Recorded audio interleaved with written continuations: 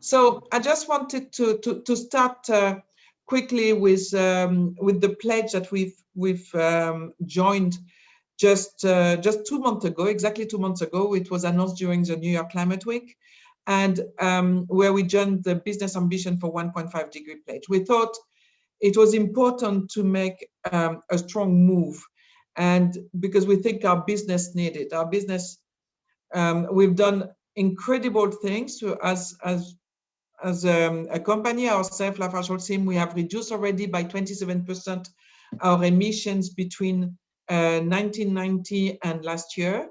So it's a journey that's been going on for a while now, but we really wanted to step up our game. So not only we signed the pledge, but what was more important for us was to do it with science-based approved target with SBTI, Science-Based Target Initiative, so that our 2030 target will be aligned with the net zero pathway.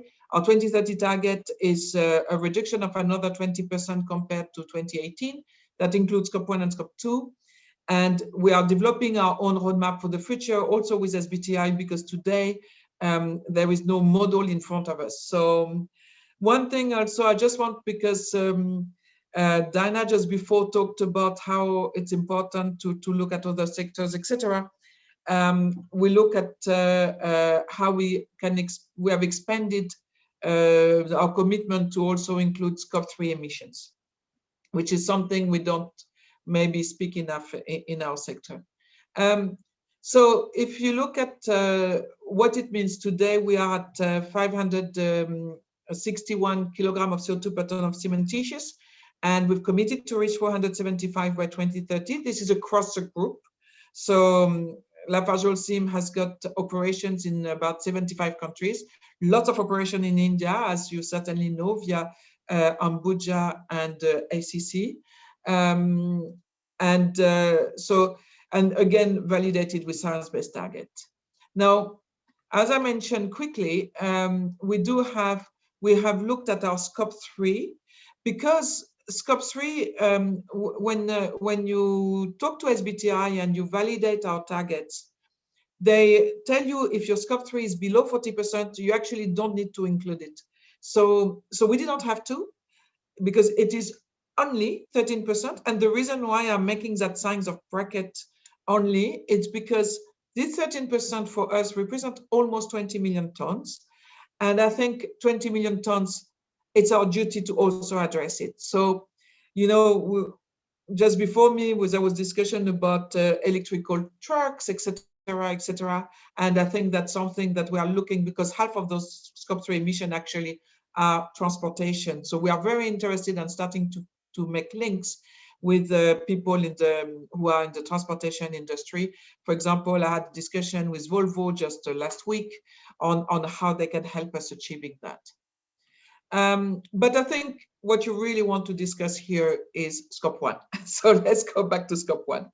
I just thought I would make a quick Scope 3 venture, but of course, the topic here is Scope 1. So if we look at what we have done in the past and what we want to continue doing, I think the two main factors of reduction of CO2, which is clinker factor and alternative fuel, we understand them very well.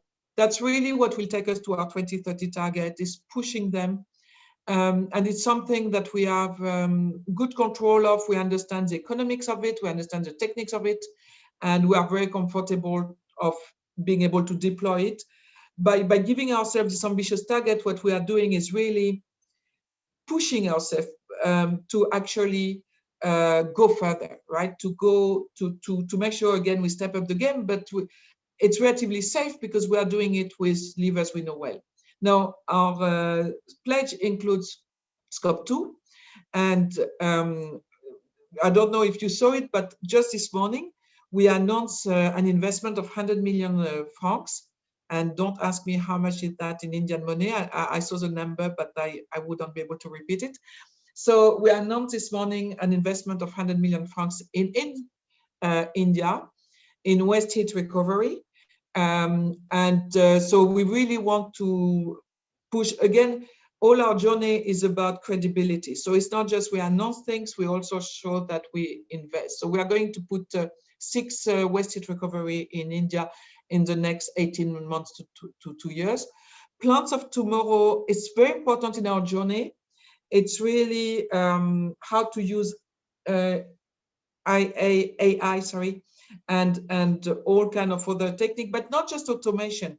How, it's been useful for us during our COVID time. How do you become more efficient with maintenance and increase your MTBF while investing less? And this is all linked again. When you get more efficient, you spend less CO2. Green products, I think, it's great to have this type of ambition at a group level, but if you don't have the products in the market, then it's not going. You are not going to deploy it. I mean, so we've launched EcoPact. I don't think it has arrived in India yet, but soon it will. And it's our green concrete, which we have now deployed in Europe, North America, and Latin America, and we started the launch 2 months ago. We have an eco label, which will represent all our products that have more than 30% reduction of CO2 compared to the local OPC, or more than 20% circularity in its recycled products. And soon we will come with a branded cement. So it's really, we want again to look at how we implement. And now I'm going to carbon capture. So it's very clear, if you see the year here, what we put is a start pretty much in 2030. And that's how we see it. We think that we can really follow our journey that I was showing just before between now and 2030 without carbon capture. But starting 2030, it will become very complicated not to do carbon capture. We can continue pushing the other levers, but we will start reaching a limit. And our carbon capture today, we all understand that we are not yet where it should be in terms of both technical and financial capability. And then, so our challenge, and I think it's not LafargeHolcim challenge, it's an industry challenge, is we have 1 decade to make it work for us. That's what it actually means. So if you think of a bit of history of carbon capture, the first carbon capture certainly happened in the 70s. So we can't say it's that new. There's been a lot of projects of carbon capture happening in the world for other industries, mainly fertilizers type of industries, energy industries, etc. And today, roughly, we capture, or the world capture, not we, cement industry, cement and concrete industry, it is captured 40 million tons of CO2 every year. Now, 40 million tons, to put things in perspective, the scope 1 of LafargeHolcim alone is 120, something like that. So the world capture today 1/3 of one company emission, even though if it's a big company, it's still not much. So clearly, the challenge we will have to face is to start with the scalability. How do you make it to capture 1 million ton, let's say, per plant? If I take an average cement plant, we have one of our pilots is in Canada, and we will start capturing very soon, and it's 1 ton per day. So I told them, guys, 1 ton per day is going to be a bit complicated to reach the 1 million ton per year, right? So how do you scale it up? How do you make it to the right price? Because at today's type of price, and if you look at a lot of literature on it, it's more than $100 per ton of carbon, roughly. And so how do you make that economics works? I mean, today, price of carbon in Europe is 25 euros. Most of the regions don't have a price for carbon. How do you put back in your product the price? Because I was talking about clinker factor and alternative fuels. Those are easy. Those have a good return. When I replace my fossil fuel by alternative fuel, not only I get money to burn alternative fuel versus paying money for fossil fuel, So my return on investment on all the type of filters and things I have to put on, it's roughly 3 years, right? Depending on the countries, can be a bit more. So the business case is there. It's easy. Carbon capture today, the business case is not there. So if tomorrow I come to super green cement and I'm very happy, I've done a great job, but I go bankrupt because I've lost all my market share because I had to double the price of my product, then I'm not helping my company either. So if I go now to what we are actually doing in LafargeHolcim, so we have currently 5 projects, or we have 20 projects to test different, but it's more the usage technology we are testing, such as fast carb in France, where we pass the flue gas through demolition waste and that absorbs the CO2 quite fast. But here, what we are looking at is the 5 projects where it's a proper consortium that are quite advanced. So 2 in Europe, 2 in North America, sorry, 3 in Europe. And again, it's not that we choose, it was more, when people ask me, how did you get into this project? It was actually opportunistic more than anything else. It's not that we created them, is that there was a project and you need many people in a project. You need the emitter, that's us, but then you need the companies that's going to bring the capturing technology, then you need the company that's going to bring the usage. And so West Coast, which I can never pronounce, 100, for example, is more than 10 people in that consortium. So you need that, and you need to decide if it's going to be a usage or a storage case. So out of these 5 projects, 4 are usage cases. 1 is storage case. So the one in Portland, Colorado, we are working with Oxy and Total. Those are 2 major oil and gas companies. And that would be to inject the CO2 in a pipeline they have, which will go to their oil field. So that's a clear storage case. And why it works is because our cement plant is very close to the pipeline. So the development of the infrastructure will work. But I was also talking, like I said, about cost. So the good news is that the USA one and the German one both got funding, governmental funding, Department of Energy in the US and German government in Germany, to help with the feasibility study. So as I was saying, the financial part is as important as the technical part, and that's going to, and to see that now politics are starting to put money into it. If you think of just last week in UK, Boris Johnson announced his 10 steps for neutrality of UK. One of them was carbon capture and storage, and he said he's going to invest 1 billion into it. So it's coming. We see it coming. We see coming the development of the infrastructure, the cost putting into it. And so out of this project, to go quickly through them, the one in Germany is we would be developing kerosene for the airline industry. And it works because we're right next to a big wind farm, so we get the offload of the electricity. One of the problems of carbon capture is a huge amount of electricity you need. The one in Spain is quite nice because we are going to use the CO2 to feed the farm, so to grow plants. And that's quite, I quite like that project because that's something you could do everywhere. The one in Canada is minerals that we are going to create artificial minerals. So if I continue, as I said, you have use and storage. Storage is really looking at depleted oil field. So the problem of storage is the fact that you need to be close to an oil field. If you are not close to a depleted oil field, transportation of CO2 is really a showstopper, both in terms of cost, technology, but also permitting, going through people, land, or whatever to pass a pipeline usually doesn't work that well.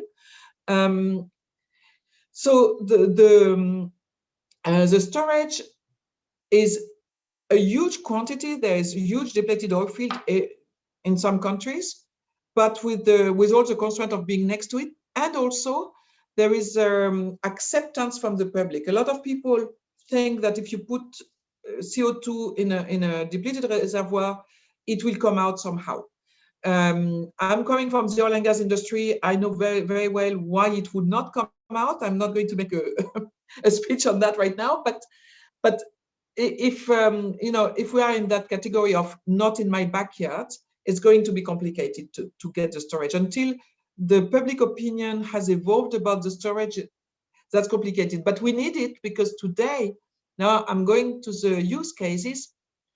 Unfortunately, we don't have enough use cases. So, sorry, I stay there maybe 2 more minutes.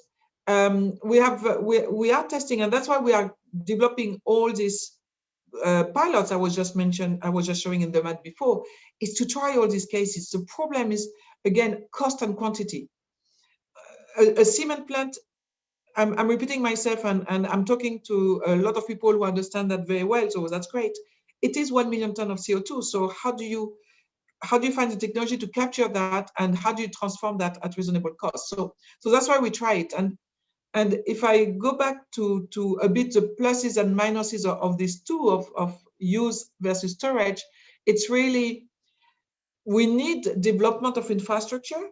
If you had CO2 pipelines everywhere, then it would be quite useful you wouldn't have to worry about where it goes. You would just have to worry to capture it.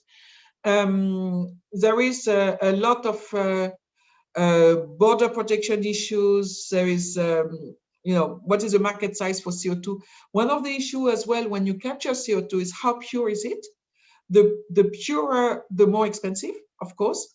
And for example, there's a lot of CO2 needs for the food industry, the health industry, but they require purity of CO2, which is way beyond the purity where we think we will reach with the pilots that we are driving. And storage, as I was saying, is really a question of public acceptance, of finding the right partners. So today we are talking to a lot of partners, of people, to try to identify those opportunities. But again, it's really a mapping problem. If there's no oil and gas field depleted where your cement plant is, forget it, you just can't do it. So this is just a quick slide continuing the comparison about usage versus storage. Again, I won't repeat what I said, but there is really, we think in terms of use, there will be growing of market, but at this point, again, 2020, still super early stage, not many projects, not many industries. What we see from our side is that we can't really see more than half of our CO2 being in usage case. That's what we see today. I hope it will evolve, but we don't know how it works. The other problem about sequestration is when you do enhanced oil recovery, in terms of public image, again, what you are basically doing is you are sending CO2 in a depleted reservoir to push the oil out. So I don't know if you know that, but a typical reservoir of oil, not gas, a typical oil reservoir, with traditional methodology, you only have 35–40% of oil coming out. So you still have 50 to 60%, maybe more, that remain captured in the formation. So the only way to do that is, so one way to get more oil out is to push it, and one way to push it is to use CO2, which will take the place of the oil into the micro porosity of your formation. So, but how is your story here? So we put CO2 inside the reservoir because we want to save the planet by capturing CO2, but then it's used to get oil out, which will create even more CO2. So this is a bit complicated. Here, I'm not sure I want to go through. I'm sure by the time I was talking, you have had time to look. We have, again, the food grade, but that's complicated because of the quality required. Fuel to biomass, fuel to chemicals, fuel to carbonation. That's today certainly what we see the most cases. And I thought I would talk about India. One of our competitor, who is an Indian company, has just signed an MOU, which I think is great. It's, to my knowledge, is the first cement MOU related to a carbon capture that has been done in India. I know the team in India, when I talked to them very recently, and they are very excited to try to get on the carbon capture journey with us. I mean, with the rest of the group, not with us, like if we're separated, and they really want to do it. But I think if we look at it, we see that the steel sector is really quite active. You all know Reliance Industry Limited. They announced a plan to develop CCS technology. There's 6 Indian companies, including Dalmia, that's of course the company I was talking about just before, that have signed near zero emission by 2050. And as we know, Dalmia is even before that, which again, with a focus. And we know that India Department of Science and Technology established a national program on CO2 storage research. Again, I'm sure you know certainly better than me that domain, but I just wanted to highlight at the end of my presentation a couple of things that are happening, which I think are quite important and worth noting. So, like I said, I was trying to be fast. I hope I didn't take too much time. And I think I've stopped sharing now to be able to give a bit of time for questions. Yes. Yeah, thank you, Magali. Thank you for very candid presentation, I must say that. There are a few questions we got on the chat, on the Q&A, as well as few questions I have received. One is, which key challenges you foresee for the faster adoption of CCUS by the cement and concrete sector? So I think it's really all the challenge that I just mentioned, which is about finding the right technology for the right price. Because, when you talk, I'll give you an example. When we talk carbon capture with an investor, they get very worried about how much capex we're going to put into it. So we have to prove to them that we are not going, like I said, to go put the company bankrupt, because those projects, the West Coast project in Germany it's a fortune. We are literally building a refinery on site. It's we're talking a huge amount of money, so that's why it's a big consortium, and that's why we only look at the capture side, but even the capture side is expensive. So it would add a good 15 to 20% of your cost of cement if you were going to do it. So cost is absolutely definitely there, but also the technology and having a plug and play. I see there is a question about which technology we use, and we do use amine scrubbing, we do use oxy-fuel, but this is what the problem, and the other problem is clearly the requirement for all this technology of high electricity. The one we are doing in that we'll be capturing soon in Canada, to make it full speed, they would need as much energy as we need for the process area. So you have literally to double your energy of your cement plant, the energy need, which is obviously going to be very complicated. That's why Germany works well. Germany works well because, as you know, wind farms are not controllable energy. So there are moments where they produce a lot of energy and no one needs it. And we can get that offload because we don't need to necessarily produce kerosene at a certain time of the day. It doesn't really matter. So that's how we can do that. But then it requires, storing temporarily some CO2 while you do that. So it's really just not there. But I'm not worried. And the reason why I'm not worried is because if you look at what has happened the last decade in terms of innovation, of technology, of anything, artificial intelligence is obviously the first one you could think of, but automation, etc. If you think that people like Bill Gates, who are usually visionary people, is now investing has invested 1 billion through his foundation to advance on carbon capture. And when you see an announcement like the one I was mentioning of Boris Johnson in the UK, but it's just one, many other people, I really think that it's going to move forward. The technology will move forward. Yes, that's right. One more question is, as you have made the plan of net zero, what were the key drivers for your company to adopt the CCUS, and how did you seek the most important part, the buy-in from the senior management or the board on this project? Because as you said, it value costs a lot. Yeah, so I think what we all agreed is that, and that's how we announced it. Our announcement was always very clear that our announcement is firm for the first 10 years. So we are 100% committed to our 475 kilogram of CO2 per ton of cementitious.